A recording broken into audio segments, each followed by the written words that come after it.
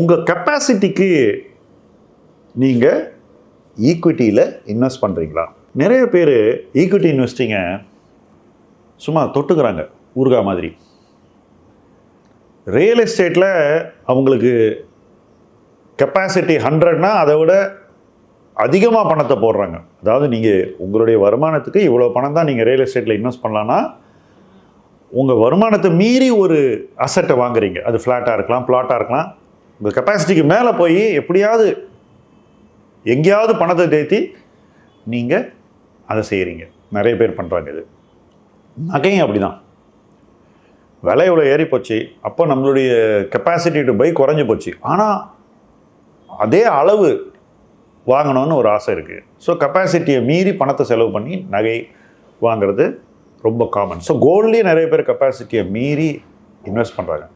But ஒரு mutual fund அப்படின்னு வரும்போது ஒருத்தர் இன்வெஸ்ட் பண்ணக்கூடிய கெப்பாசிட்டி 25,000னா 10,000 தான் இன்வெஸ்ட் பண்ணுறாங்க. பணத்தை சும்மாவே வச்சுருக்காங்க 15,000 பேங்க்கில்.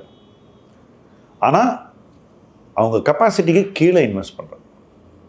இது நான் என்னுடைய அனுபவத்தில் மைல்ஸ்டோன்ஸ் டுவெல்த்தில் இன்வெஸ்டர்ஸ்ட்டை பேசும்போது நிறைய பேர் இப்படி தான் பண்ணிகிட்டு இருக்காங்க. இது ஏன் இப்படி பண்ணுறாங்க அப்படின்னு ஸ்டடி பண்ணும்போது சிம்பிளான ஒரு விஷயம்தான் மறுபடியும் வருது. நிறைய பேருக்கு அவங்களுடைய இன்வெஸ்ட்மெண்ட் கெப்பாசிட்டி என்னங்கிறதே தெரியாது.